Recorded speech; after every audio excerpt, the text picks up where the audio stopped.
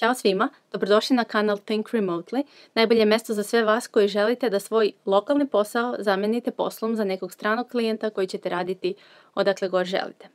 Moje ime je Aleksandra i danas vam otkrivam kako sam ja dobila povišicu onda kada je uveden test samostalnosti radeći za stranog klijenta.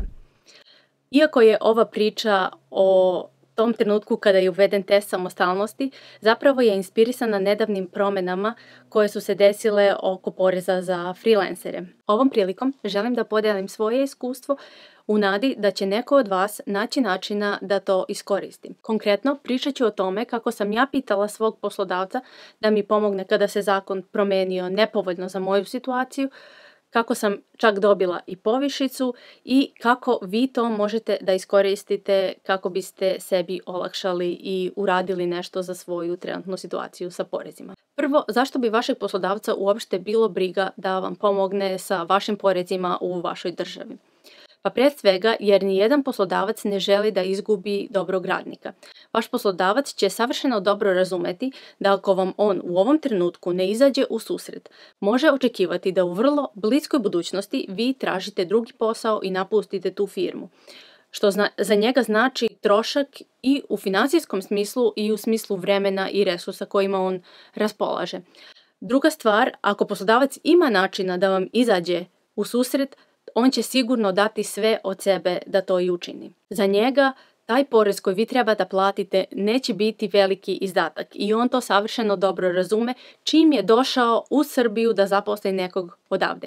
On u Srbiju nije došao samo zbog talentovanih ljudi, došao je i zbog toga što će u Srbiji talentovanu osobu platiti manje nego što će platiti nekoga u Americi, Nemačkoj ili negde drugde. Generalno firme imaju bolje razumevanje situacije oko poreza nego što vi imate kao fizičko lice i njima vaša situacija verovatno neće uopšte biti iznenađujuća ili strana. To je nekako i treći razlog zbog koga postoji velika verovatnoća da će se vaš poslodavac potruditi da vam izađe u susret, jer poslodavcima nije strano da moraju plaćati neke troškove, poreze državi za svoje zaposlene.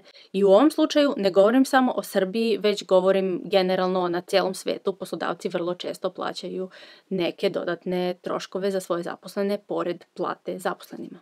Evo kako je konkretno izgledao moj slučaj, kako sam ja predstavila cjelokupnu situaciju sa zakonom poslodavcu i šta su oni na kraju rekli. Naime, prije uvođenja testa samostalnosti ja sam bila preduzetnik paušalac. Znači svakog mjeseca sam plaćala fiksnu sumu za porez. Sve preko toga što ostane, to je bila moja zarada. Nakon uvođenja testa samostalnosti morala sam da pređem na DOO. Otvorila sam svoj DOO i zaposlila sebe u tom DOO. I onda svakog mjeseca isplaćujem sebi platu i na tu platu plaćam određeni porez. Evo primjera.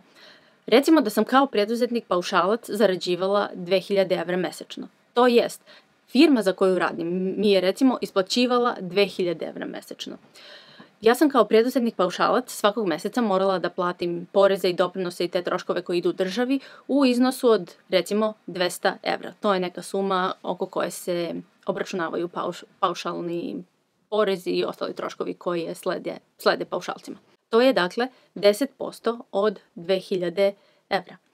Znači, dobijem 2000 evra, 200 evra platim državi, meni ostane 1800 da time slobodno raspolažem. Međutim, prelaskom na DOO, ako sam željela da zadržim istu platu od 1800 eura u ovom primjeru, ja sam državi morala da platim poreze na tu platu u nekom iznosu od 45%. Dakle, nekih 800 evra bi bili porezi na 1800 evra zarade. Kad se to sabere, to je 2600 evra i to je zapravo suma koju je potrebno da ja zarađujem da bih ostala sa istom platom od 1800 evra mjesečno i kako bih pokrila sve potrebne troškove ka državi u iznosu od 800 evra. U suprotnom, ako ta firma za koju radim meni ne bi platila 2600 evra mjesečno, nego me ostavila na trenutnih 2000 evra mjesečno, ja bih državi morala da platim opet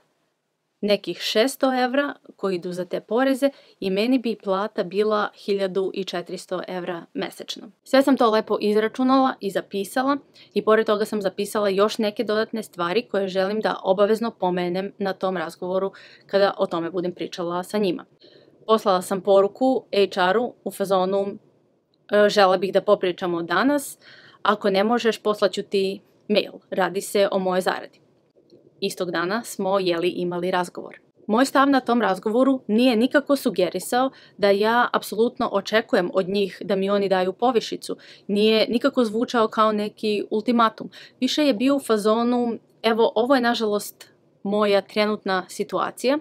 Znam da nije vaš problem, ali bojim se da sama neću moći da podnesem taj teret, pa sam se nadala da možda zajedno možemo nešto da uradimo po tom pitanju. Stvari koje sam zapisala da obavezno želim da kažem su bile upravo u tom nekom fazonu. Da potpuno razumem ako nisu u mogućnosti da mi izađu u susret, ali da se nadam da će i oni razumeti da je za mene ovo značajan pay cut, odnosno značajno smanjenje plate i da ću prije ili kasnije morati da uradim nešto po tom pitanju. Onda da sam generalno zadovoljna u toj firmi, da sam generalno zadovoljna na projektu, da zaista uživam da radim sa svojim timom i da osim ove zakonske promjene u Srbiji ne postoji ni jedan drugi razlog koji je pozadina ovog razgovora. Da je ovaj razgovor jedino uzrokovan tom promjenom koja je vezana za poreze i menja moju situaciju u tom smislu. Onda sam ih podsjetila da sam na samom početku naše saradnje pristala na neke uslove koji su ispod industrijskog standarda na nekom globalnom nivou, u nadi da ću vremenom kroz rad na projektu i kroz svoj doprinos na projektu doći do svoje željene zarade. Međutim, ova zakonska promjena će učiniti da meni budu potrebne godine da opet dođem do svoje trenutne zarade, ako se ništa ne promeni. Pošto ste iz Srbije, sigurno ste plaćeni ispod industrijskog standarda i vaš poslodavac to vrlo dobro zna. Zato vi slobodno pomenite to i stavite im do znanja da ste svesni toga.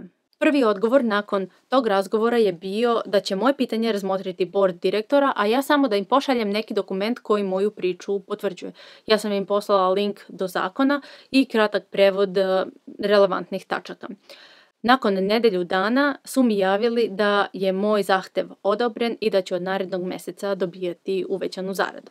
To je otprilike i ono što vi treba da uradite u ovoj situaciji kada je došlo do iznenadnih promjena za vaše poslovanje koje su izvan vaše kontrole. Obratite se svom poslodavcu i ako ima mogućnosti, verovatno će vam izaći u susret, barem u nekoj meri. Pored svega ovoga što sam vam rekla, možete da uradite još jednu stvar koja je specifična za ovu vašu situaciju sa porezima. Naime, ako niste plaćali poreze i dug vam se nagomilao, pitajte poslodavca da vam pomogne u otplati tog duga za vremenski period u kom ste bili njegov zaposleni. Poslodavac vam lagano može isplatiti neki novac na ime recimo bonusa sad na kraju godine kojim vi možete pokriti taj dug. Budite samo sigurni da imate neki dokaz ako ste već dobili to rješenje koje kaže da vi dugujete toliko i toliko.